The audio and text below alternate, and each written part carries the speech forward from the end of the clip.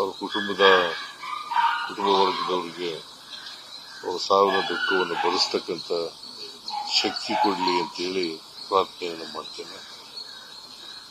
ನಾಳೆ ಕ್ರಿಮೇಷನ್ ನಡೀತದೆ. ನಾನು ಕೂಡ ಹೋಗ್ತಾ ಇದ್ದೇನೆ.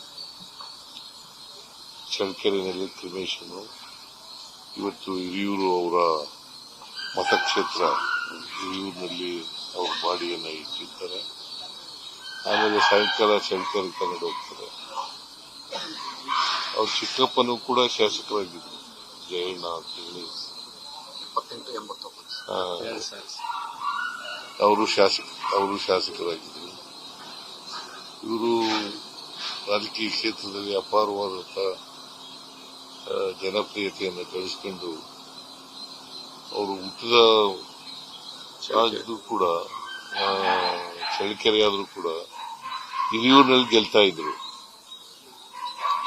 ಯಾಕೆಂತಂದ್ರೆ ಚಳ್ಳಕೆರೆ ರಿಸರ್ವ್ ಆಗಿರೋದ್ರಿಂದ, ಎಸ್ಟಿ ರಿಸರ್ವ್ ಆಗಿರೋದ್ರಿಂದ ಇಲ್ಲಿ ಗೆಲ್ತಾ ಇದ್ರು. ಅಪಾರ ಅಭಿಮಾನಿಗಳನ್ನ, ಬಂಧು ಬಳಗವನ್ನ ಅವರು ಬಿಟ್ಟೋಗಿದ್ದಾರೆ. ರಾಜಕೀಯ ವ್ಯಕ್ತಿಗಳನ್ನ ಬಿಟ್ಟೋಗಿದ್ದಾರೆ ಅಂತಕ್ಕಂಥದ್ದು.